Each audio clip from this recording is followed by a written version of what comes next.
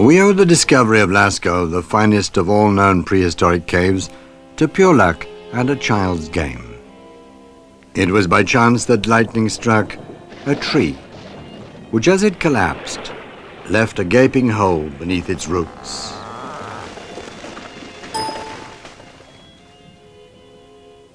The game was that of 4 youngsters who were the first to have accidentally discovered and penetrated the unknown Lascaux.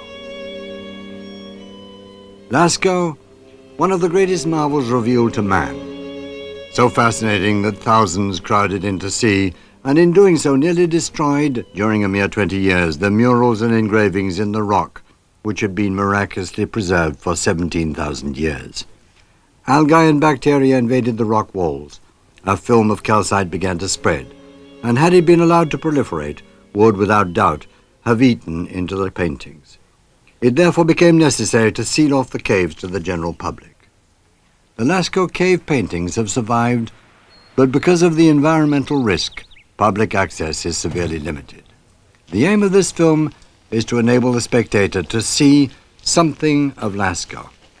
It will hopefully communicate the same sense of surprise and excitement that was experienced by the children who first discovered the caves.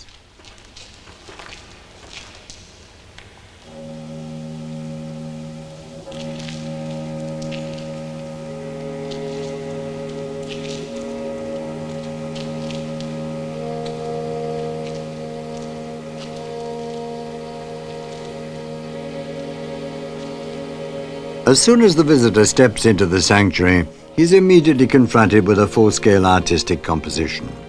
The Chamber of the Bulls, La Salle des Taureaux, was the most impressive area of the whole cave complex. Not only the largest, it also contains the finest mural paintings in terms of beauty and compositional harmony. The artists sometimes encroached on space taken up by earlier attempts.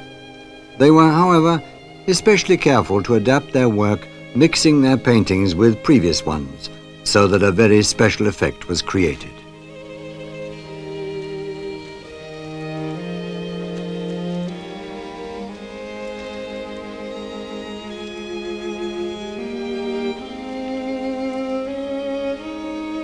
After having passed the figure of an isolated small horse, the first animal on the left-hand wall, we come to the mythical unicorn.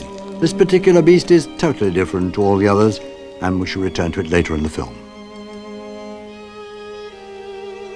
In front of the unicorn, 6 black horses gallop over what might be termed an invisible terrain. The first 2 have been beheaded due to the rock wall having disintegrated.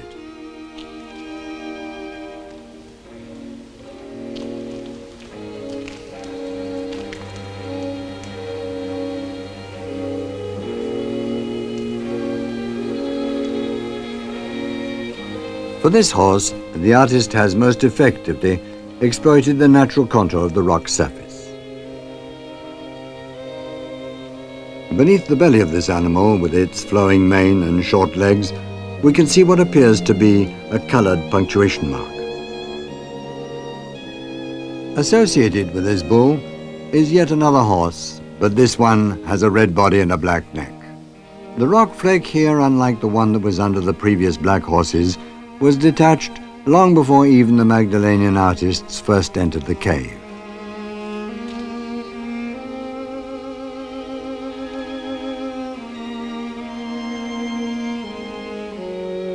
Preliminary research indicated that the pure red or yellow painted lines are the oldest. According to this theory, the first stag seen here is from an earlier, more primitive period. The second stag, however, is painted in 2 colors in a more evolved style, and therefore dates from a later period. We cannot, however, be absolutely certain of this theory of dating.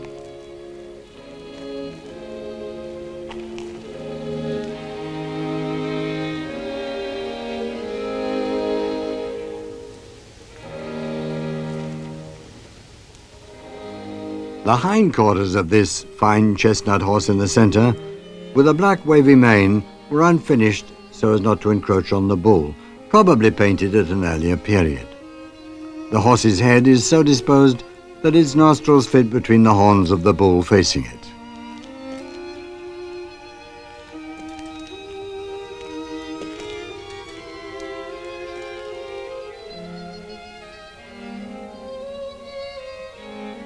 The second bull on the left-hand wall of the circular chamber, or La Rotonde, is almost 4 meters long. Beneath it can be seen a red-painted cow and a stag, moving in opposite directions and which are probably part of an earlier composition.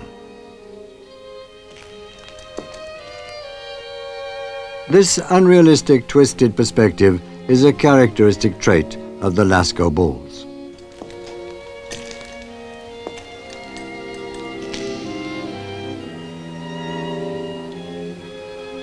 The horns and head of this third bull have been slightly damaged.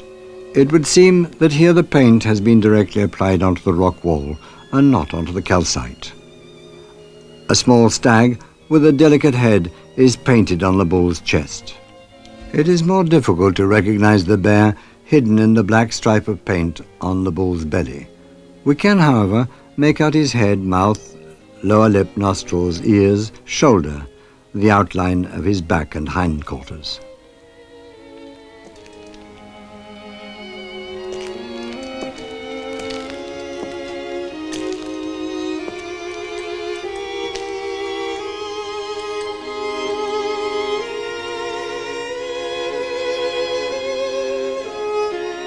Here now is the great bull, Le Grand Taureau.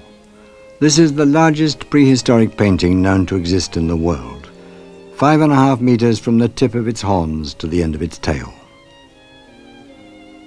The composition of the head is magnificent. Here too, however, a sizable flake of rock has become detached and fragments were found on the ground soon after the cave's discovery.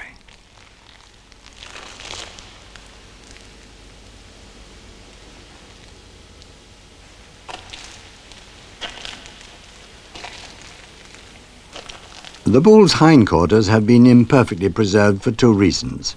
The rock wall is not at this point covered with a film of calcite. Furthermore, the almost continuous draft between the entrance and the end of the cave has dried up the walls and disintegrated certain parts of the mural paintings. Prehistoric mural paintings contain not only animal pictures, but also a wide variety of repeated abstract signs. Some are closely associated with animals. Others, like these, are to be found isolated on the edges of the decorated areas of the caves.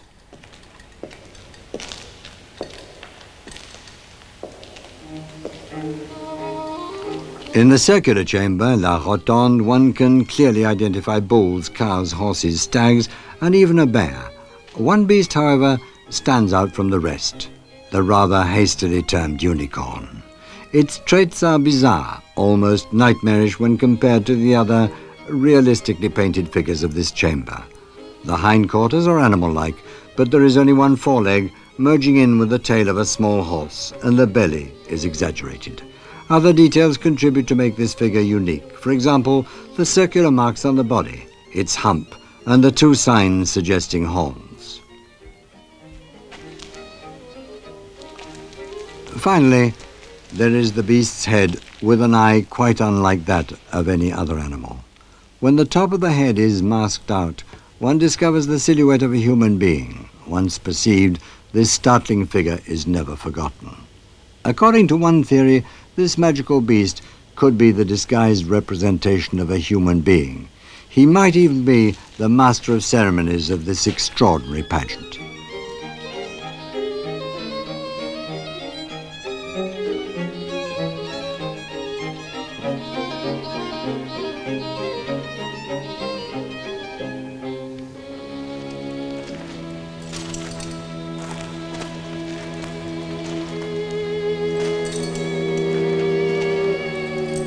As soon as we enter the diverticule axial, we find walls covered with red painted cars. Revolving round a small horse's head, these red figures stretch out, reaching for the other side of the vault. The first of these 4 cows is situated halfway up the left-hand wall. Although painted with the same technique as the other 3, it is the only cow to have been completely finished. The sense of perspective was a major preoccupation of the Paleolithic artists. In order to properly capture the exact shape of his subject, this artist took full advantage of the wall's hollow shape. The second cow on the roof has an unusual feature. One of its horns is pointing downwards. The cow itself is only partially portrayed as to avoid covering up an earlier painted small yellow horse. With their delicately traced heads and odd-shaped horns, these 4 cows, and this one in particular, have a slightly eccentric look about them, contrasting sharply with the seriousness of the other figures. This composition, full of grandeur, was made over earlier painted yellow-coloured bulls' heads.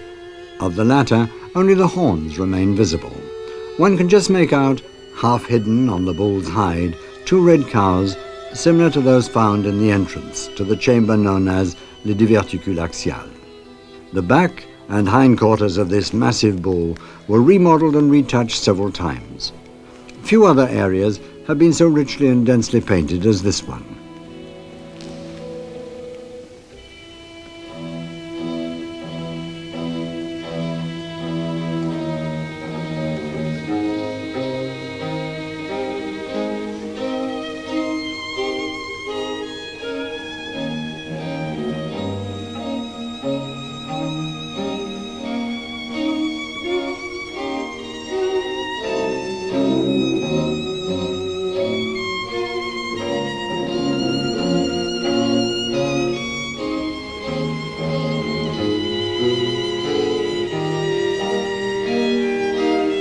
According to one interpretation, these lines and spotlight marks may represent a member of the cat family.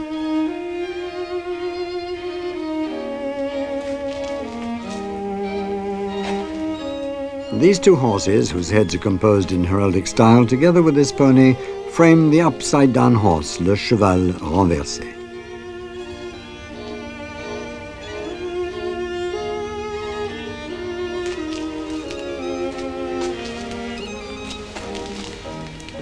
The extraordinary thing here is that the shape of the rock wall did not allow the artist a complete view of the animal as it was being painted. Nonetheless, its proportions are perfect.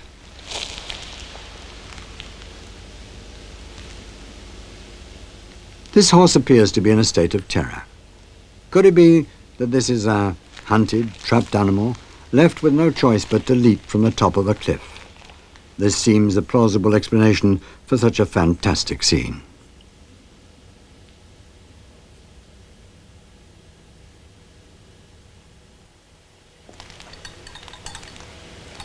A cave can be imagined as a mysterious and womb-like sanctuary. Leading deep underground, the Lascaux cave may have been seen by Paleolithic man to be a suitable place to immortalize his myths, to transmit them to future generations. For his religious ceremonies, these colored animals were no less than sacred.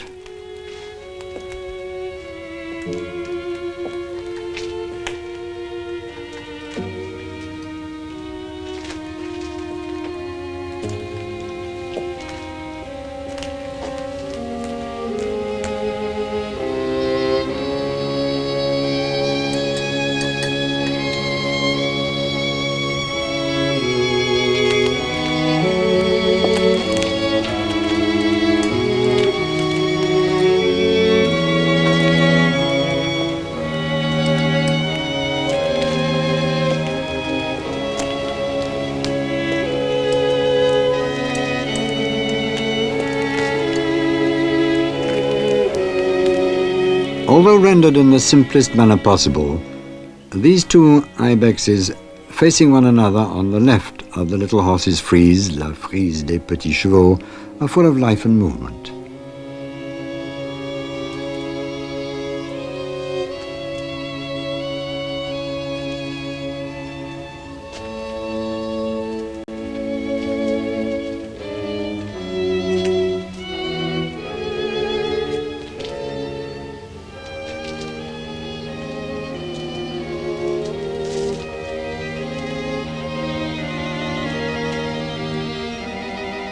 This cow is either about to stand up or roll over in the grass. The artist has been exceptionally skillful in his suggestion of movement showing the twisting body with its hind legs viewed from below.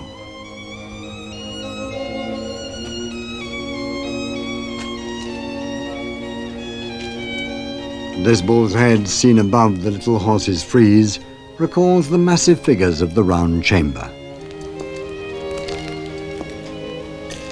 These three horses, known as the Chinese horses, les chevaux chinois, are on the right-hand wall, close to the red-painted cars. They're referred to as Chinese because of their similarity to certain figures in classical Chinese painting. Of all the figures discovered in the Lascaux cave complex, these are some of the most beautiful. The artist has combined figurative and abstract work in such a way that he manages to produce the illusion of life itself. Life threatened by primitive arrows. Although all three horses appear to be identical, closer scrutiny reveals considerable differences in the treatment of certain anatomical details. The Chinese horses are closely associated with two cows on the right-hand wall. This cow covers the whole of the curved vault, and the colouring of the hindquarters was left unfinished so as to preserve room for the horse's head. The great stag, le grand cerf, is the only member of the deer family in the diverticule axial. Under the animal can be found a series of distinctive black punctuation marks identical to those seen beneath the first Chinese horse.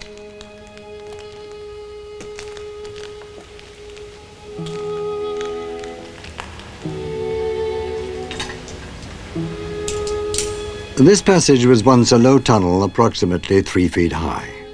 Ground level was here, just beneath the paintings. In this space, which contains a series of 5 concave areas, the rock face is particularly fragile and only the lower parts of the walls have resisted erosion. In Magdalenian times, the whole of this underground gallery must have been strewn with engravings and paintings, of which today only traces remain.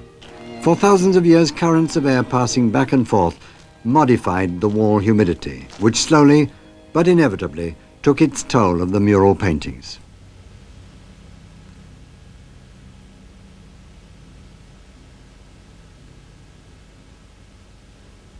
In this area, most of the engravings are difficult to make out. Occasionally, one can recognize an ibex.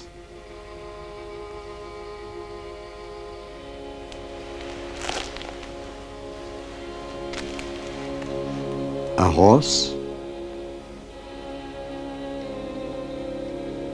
Yet another horse.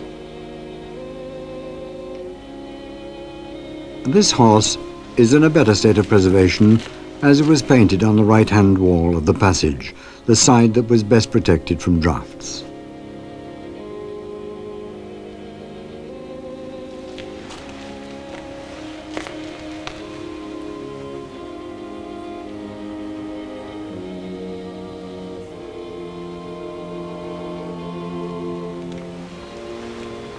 A careful inventory of the 209 figures in this gallery by l'Abbé Glory shows the following: 122 horses, 25 wild oxen, 2 bison, 4 ibexes, and a large number of symbolic signs.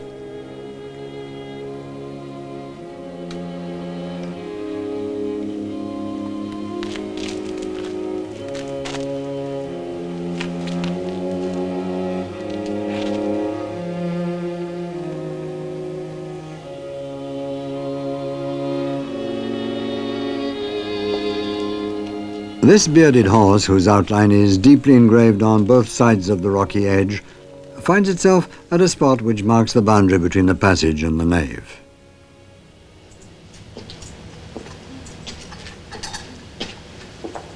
In the nave, or la nef, the underground gallery widens considerably. It was thus named by l'Abbé Breuil because of its architectural resemblance to the nave of a cathedral.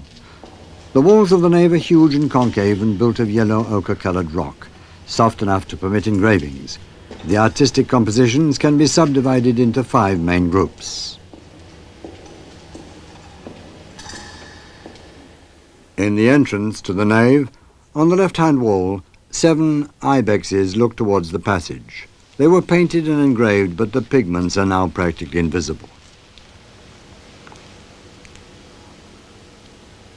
This doe, on the other hand, is looking towards the end of the gallery and was probably engraved at an earlier time than the ibexes.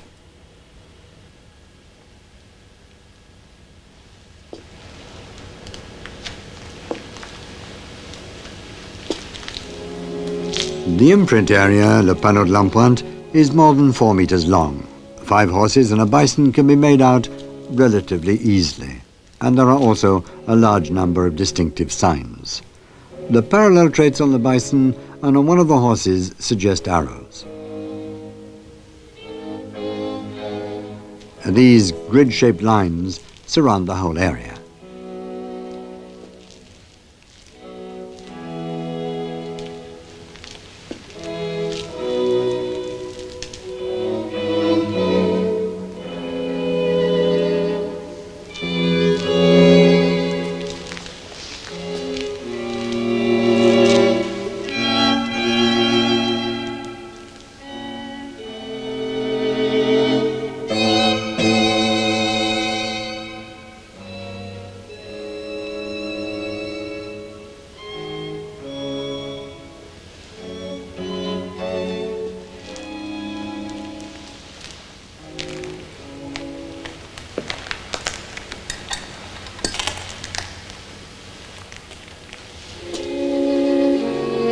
The area of the black cow, or vache noire, is nearly 12 feet from the ground, so the artist must surely have had to work from some kind of scaffolding.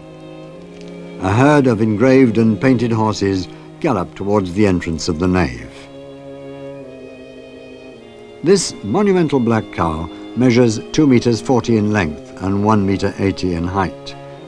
The head is extraordinarily fine and delicate. The abdomen has been twice underlined, and the back and hindquarters have been considerably reworked. It is now clear that the black cow was a later addition painted over the horses. Its gaze is directed towards the end of the nave. Here we have a perfect example of what l'Abbé Bray referred to as half-twisted perspective. The head is in profile, but the horns are 3/4 on. Also found here are these curious coat of arms figures, or blasons, which are both painted and engraved.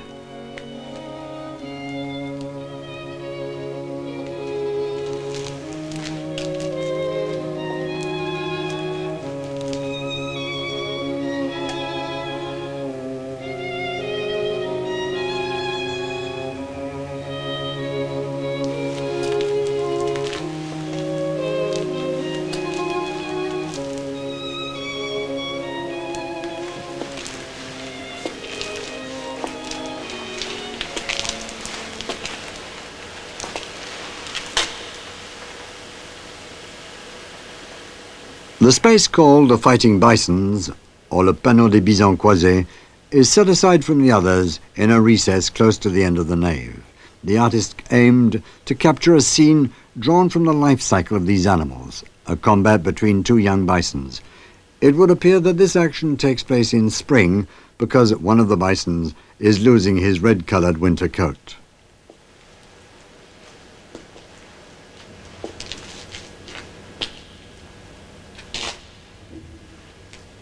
The artist has exaggerated the different sizes of the front and rear of these animals to reinforce the impression of depth and movement. This effect is further emphasized by the deft use of colored strokes for the hind legs, almost as if they were detached from the rest of the animal's body. This technique is frequently employed in cave paintings elsewhere, but nowhere quite as perfectly as here.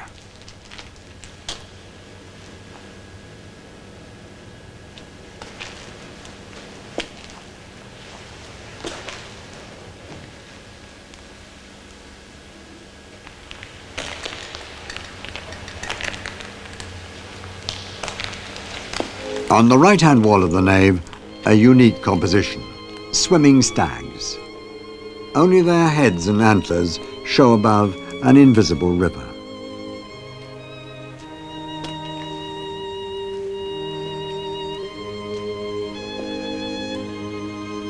The first 4 stags were drawn using a manganese crayon, and the 5th was traced in clay.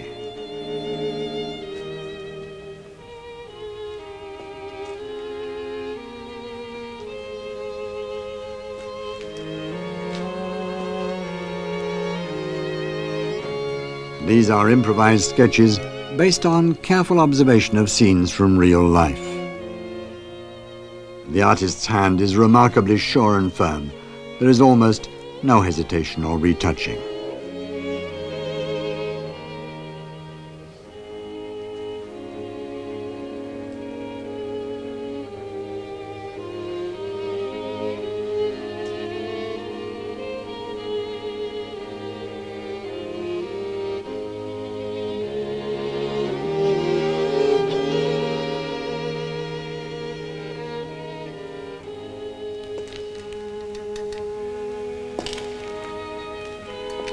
At the bottom end of the nave is the entrance to the gallery of the great cats, the Diverticule des Félins. Few visitors have ever been lucky enough to penetrate this far. In its decorated portion, this is a narrow passageway no more than 1 meter wide and containing 2 barely perceptible widenings. In contrast to the monumental round chamber or rotonde compositions which were probably created for ceremonial purposes, the engraved drawings executed here were designed to be viewed privately by one person at a time.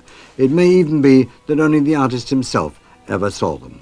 Without any doubt, this is one of the most secret parts of the cave complex.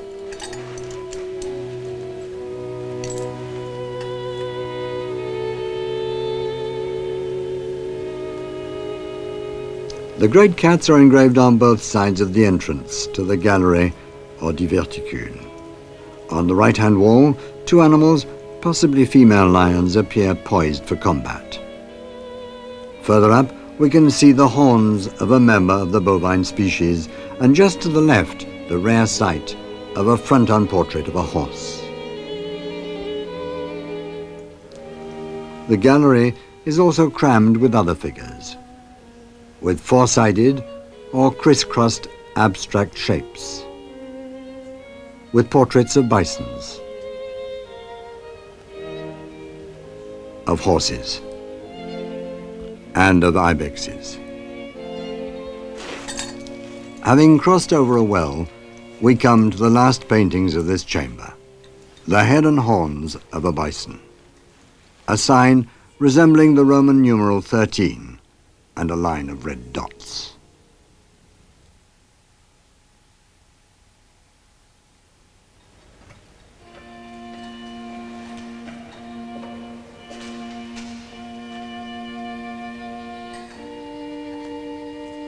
In the apse or l'abside, the very considerable number of mixed drawings and paintings, some of which are now completely faded, testify to the importance attached by the Magdalenian artists to visual representation. The figures fill the entire space of a circular chamber, but are mainly concentrated in 3 rows. For each row, there is a dominant species of animal: cows, deers, or horses. Over 1,000 figures have been catalogued, including 473 animals and 600 abstract signs. The film camera cannot unfortunately give a complete picture of the enormous number of drawings and crisscrossed lines, some of which are so faint as to be indistinguishable from the shadows cast by irregularities in the rock face.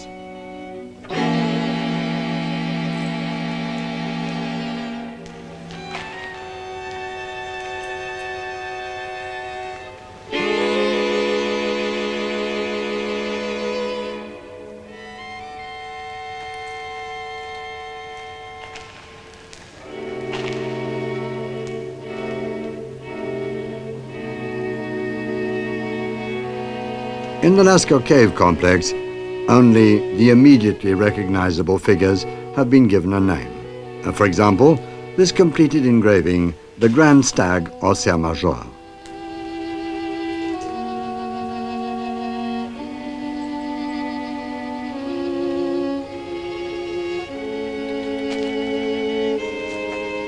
The number of engravings rises sharply towards the end of the apse and is at a maximum near the well opening. Four-sided signs. The frieze of the small stags, la frise des petits cerfs.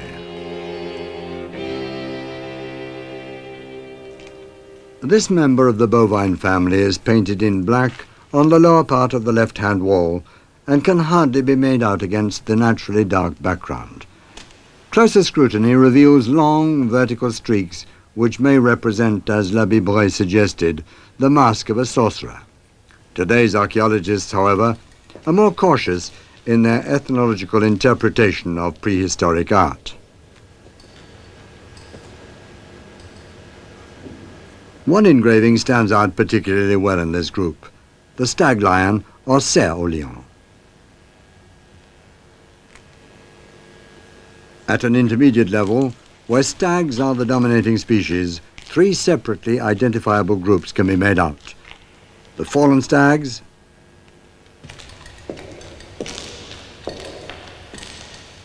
the fighting stags, and the overturned horse.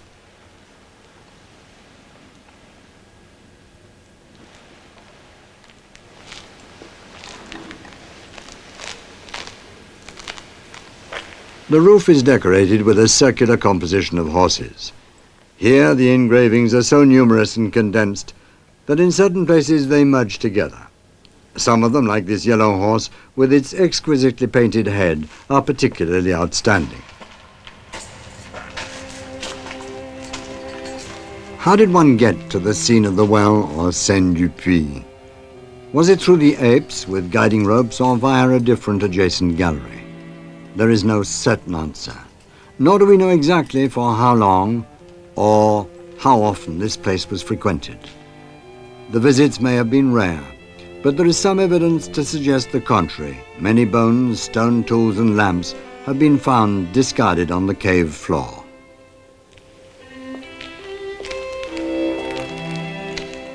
The scene of the well is highly dramatized. Both its contents and graphic style are extremely impressive and leave a lot to the imagination. The bison wounded by a long spear is losing its entrails. It looks as if the horns are about to pierce the man standing just in front. Whereas the artistic rendering of the bison is extremely realistic, the converse is true of the matchstick man, l'homme en fil de fer. He possesses only 4 fingers and a surrealistic head, identical to that of the bird below him. He does not appear to be wounded, but is apparently falling over backwards. His genital organs are prominently portrayed.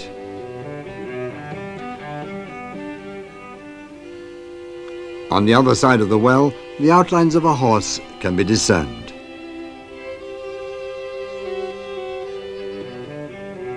A number of signs are associated with this figure. They include 6 black dots, the conventional punctuation marks for the outer limit of the sanctuary. This rhinoceros disappearing from the scene was probably conceived independently. All the creatures of this particular scene form the basis for speculation. What is their role and what story are they trying to tell? An epic, an allegory, a basic myth? One thing we can be sure of: we've now arrived at the very heart, the innermost cell of this most remarkable sanctuary, and we're free to imagine, to dream what we will.